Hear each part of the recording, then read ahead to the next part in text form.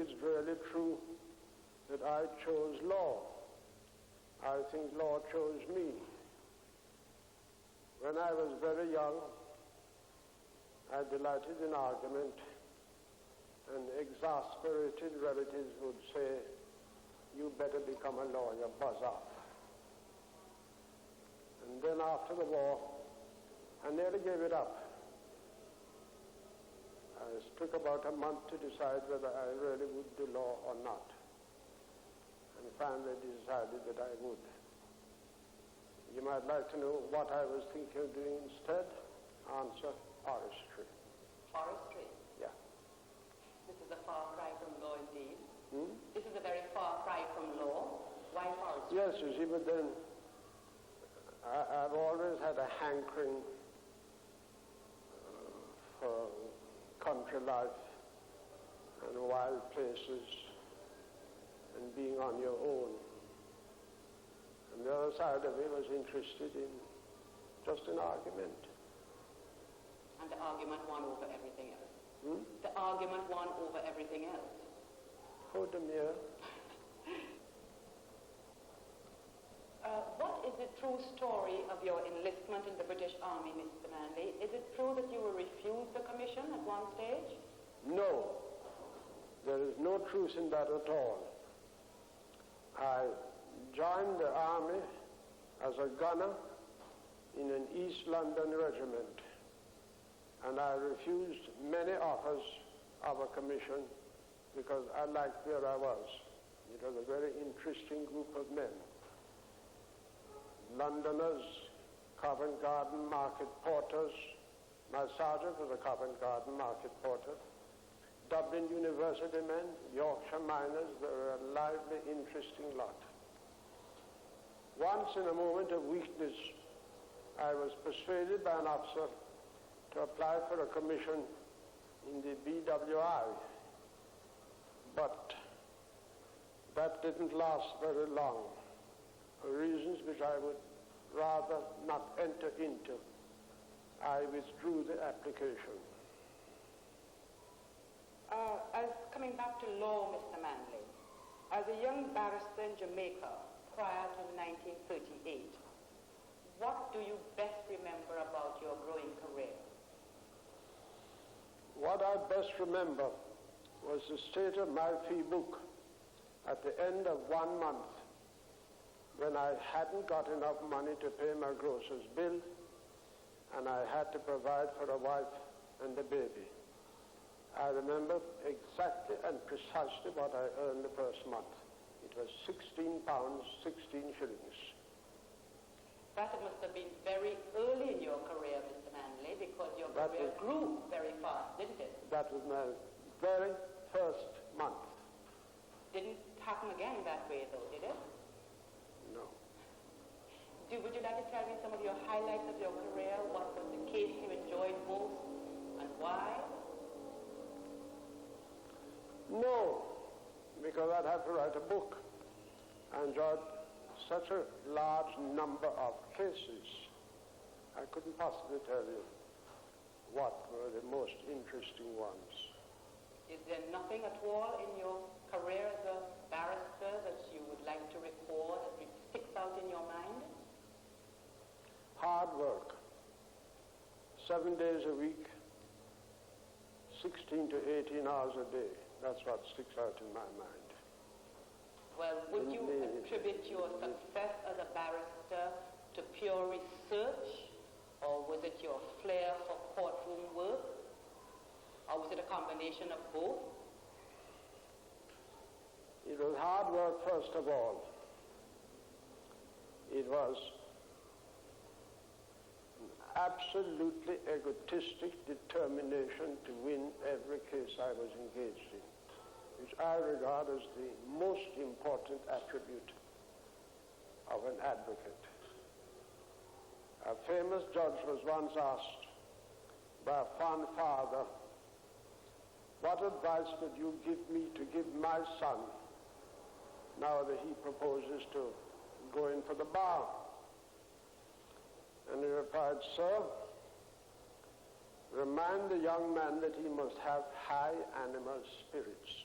That is the first requirement. And the second is the same, and the third is the same. And if in addition the young gentleman will learn a little law, he won't do too badly. In other words, just a capacity for hard work, unremitting, and a total will to win, so that you stopped at nothing. It gave you maximum concentration, maximum personal observation, maximum study, maximum everything. And the reward was winning. Let us move on a little bit, Mr. Manley, to that In that regard, law is very like politics, you know. If you're not a good egotist, keep out of both. Let us move on a bit now to, again, 1938, and your impression of the state of Jamaica prior to 1938. Did this explosion in 1938 come suddenly, or was it building up? Were you aware of it in those days? All sensitive, thoughtful people were aware that it was building up and wondering what on earth we were to do. If you go back as far as 1935, you'll find that there were a number of labor disturbances in 1935 involving resort to violence and things that resemble riots. You'll find that there was constant talk about unemployment and what are we to do to find life and work for the people. That continued through 1936 and 37, getting steadily worse and worse. And indeed, in 1935, an unemployment commission was set up. It came up with a whole lot of recommendations and reasons and all sorts of things. Between that time and 1938, there's an enormous amount of talk about land settlement as one of the means of relieving unemployment and providing work for people. But the whole thing was there boiling up, and the influence upon what happened in Jamaica of what happened in the other islands, Trinidad, Barbados, British Guiana, all those things had some subtle influence on what happened. It should not surprise anybody that 1938 happened. What should surprise everybody is the way in which it happened. And what will surprise the historian was the way in which it was resolved. You mentioned the movement in the other Caribbean islands. But in those days, Mr. Manley, communication between the islands was not very well developed, was it? Do you think that, in fact, there was any communication going on at all between leaders in the different islands? Well, you see, the truth is that all these movements were largely without leadership. They were spontaneous uprisings. Foam didn't occur because of leadership. Foam occurred because of the lack of leadership. In 1930, an explosion in Kingston, which spread all over Jamaica. I took the trouble to make a particular study of the matter. I had some of the best undercover agents I could find in Jamaica travel through the island to find out, is this thing being inspired? Is it being led? How does it happen? And all the evidence was that it happened spontaneously. And that's why it just spread like a prairie fire from one end of Jamaica to the other. Speaking some more about 1938, Mr. Manley, would you like to tell us what you consider some of the most important events in 1938? The most important event was the thing that started it all. When the waterfront went out on strike, the police interfered and attacked this way. Bustamante intervened in a tactful way from his point of view, and that set off a chain reaction, exactly like an atomic bomb. It spread in 4 hours, it spread into every corner of Kingston and St. Andrew. Every single institution went on strike. Every factory, every enterprise. Shops were closed, tram cars stopped running. In thousands of cases, domestic servants stopped cleaning the pots and pans and said, I've gone on strike too. The second most important event, and I'm talking now of the events which built up the year into what it subsequently became, was the fact that the government, in a panic, on the second day, arrested Bustamante,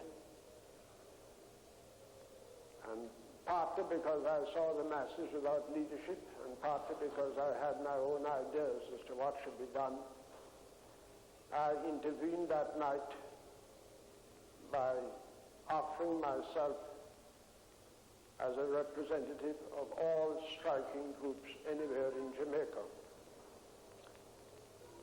Following on that, and on the same day that that was announced, I persuaded the governor to set up a commission to inquire into all grievances by all groups on strike and to recommend how the grievances should be dealt with, and to try and negotiate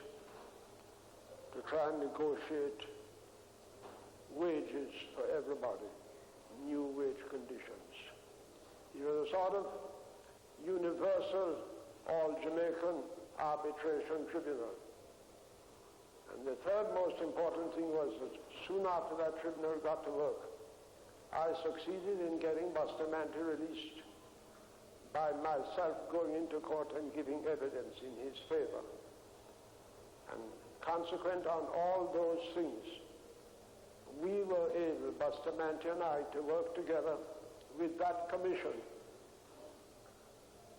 from one end of Jamaica to the other, pacifying striking groups, representing striking groups, acting in every way possible to bring something positively good out of the chaos that prevailed. And it can be said that at the end of 3 months, the average wages for all Jamaica had been increased 20%. And I think it must be almost unique in history that an event of that sort has resulted in positive good for the masses, except on a long-range point of view. Would you like to tell me, Mr. Manley, a few more details about the part you played in having Sir Alexander released?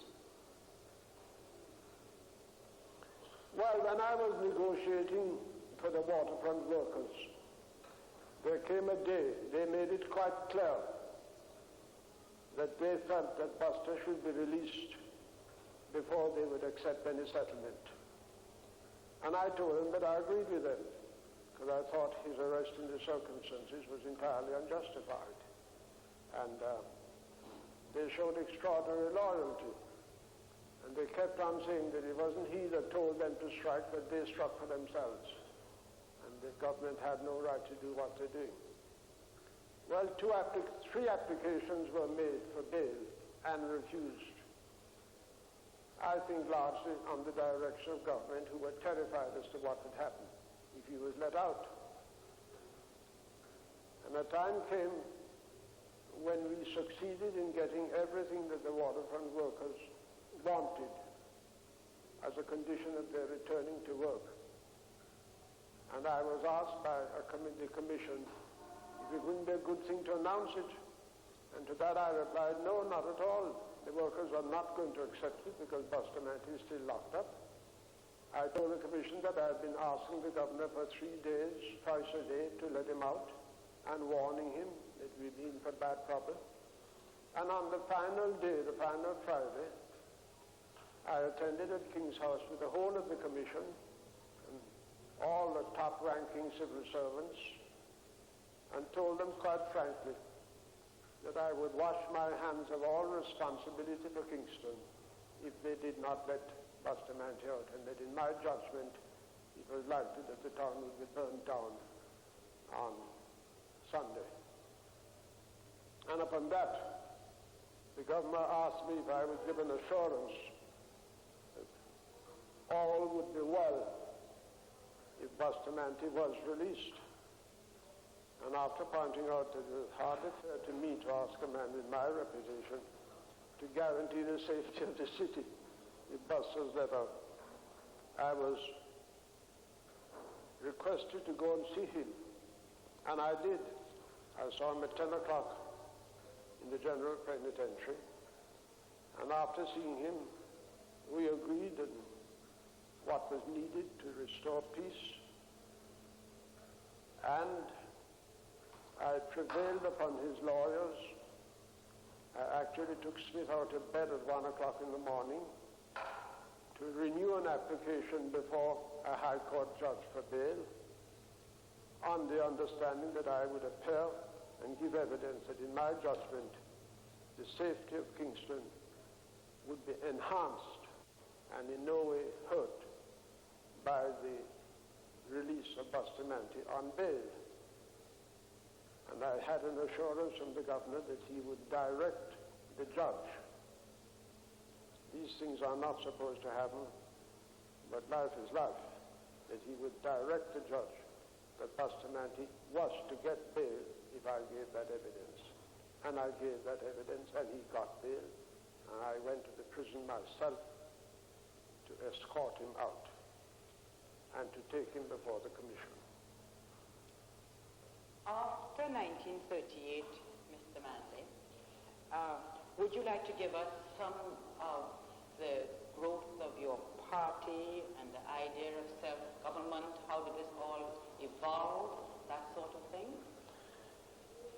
The party always started on a platform of constitutional reform.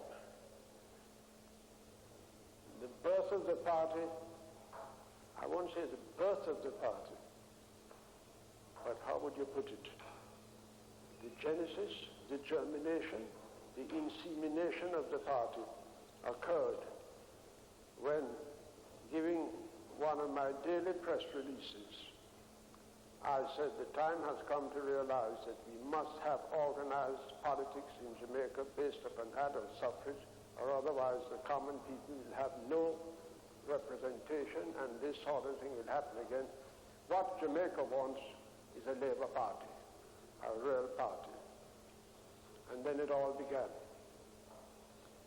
But from the start, we advocated two things: constitutional reform and adult suffrage, votes for everybody.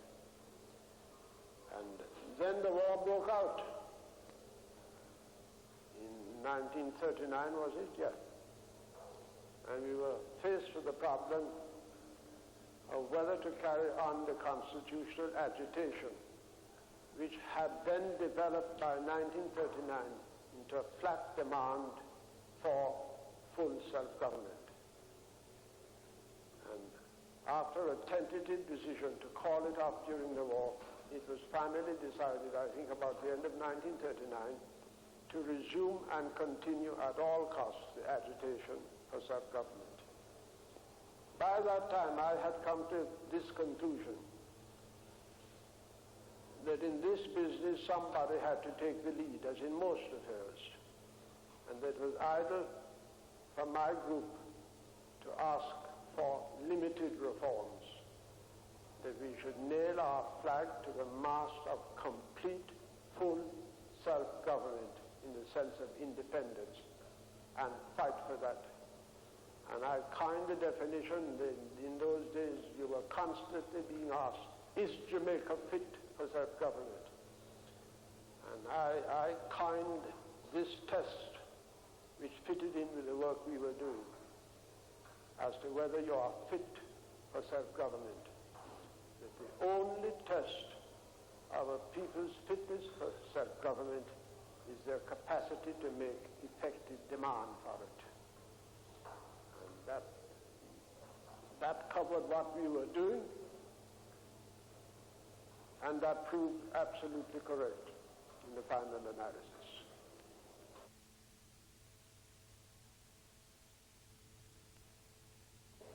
Who were the people who influenced you most in your early years? Two people who influenced me most, and probably most in my life, were my old headmaster, Archdeacon Sims, who was a most remarkable man and must have had a tremendous influence on a lot of the boys that passed under him. Remarkable because he was a perfectionist, remarkable because he was an encyclopedic, remarkable for his austerity, and remarkable for a peculiar habit he had of interfering as little as possible with the relationship between junior masters and boys. And where a master reported you to him, for that was the principle in which they worked, for serious offenses, a master had to report you to him. And you denied what was charged, he always accepted your word. And the inference of the fact that it didn't matter what you said to him, he would say, well, it's hard to believe, but if you say so, I believe you. Go. It had a fantastic influence on boys. The other man that I suppose I owe everything to was Reggie Murray, who afterwards became headmaster. Because up to the age of 16, I did no work at all in school. Practically no work. I was a mob leader. And Murray took charge of me at age 16 at my mother's request. And got me to learn in 1 year what should have ordinarily taken me 3. Whatever I became, I owe to Murray. Would you trace for us, Mr. Manley, the relationship between Sir Alexander Bustamante and yourself? Well, as you know, Bustamante is my half-first cousin. My grandmother on the maternal side, my mother's mother, first married a man called Clark. Clark was a junior overseer on properties in Hanover. And she had one son by that marriage, a man called Clark. Clark married twice. By his first wife, he had 2 girl children, whom I knew very well, both of whom became matrons of the Burley home on East Street. And by the second wife, he had about 6 or 7 children, of whom Bustamante was one. When I came back to Jamaica in 1922, I lived in the Seventh-day Adventist Hospital up on Hope Road. What's it called? Andrews Memorial. Andrews Memorial, yeah. I had 2 rooms up there.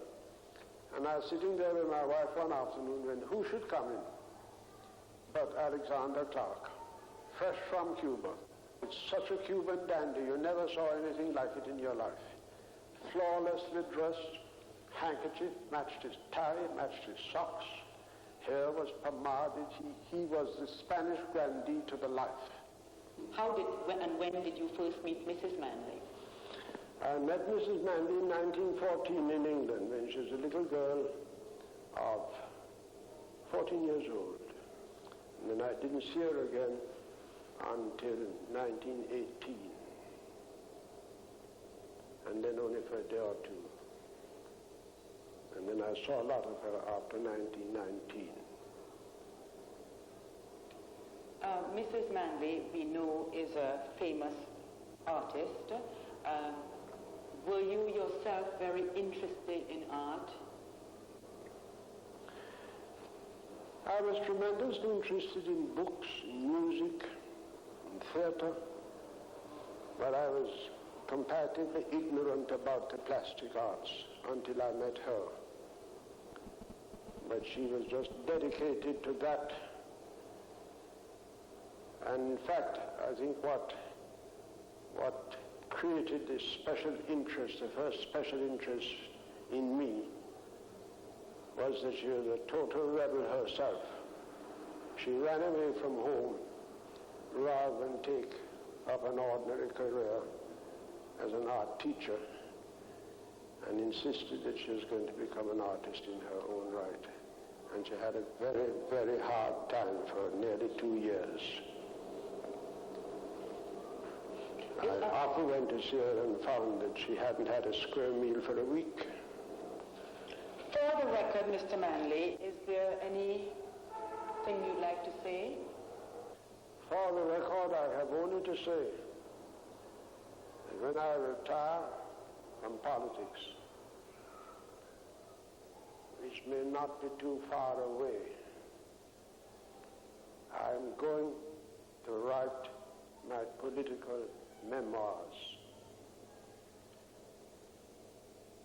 And I think it is an important last job, because I know an enormous amount of things that will be lost forever to history if I don't record them. I know an enormous amount of why certain things happened and how they happened and what actually took place, which I think I should record. You won't find them in newspapers.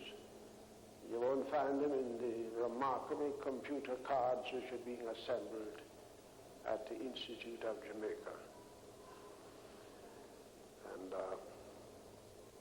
I have stuck up in my library where I propose to write the book. I've already started work on it. I have stuck up a moral or a motto, a biblical quotation. The days of our years are 80 years and 10. Which is a reminder to me that I don't have much time left.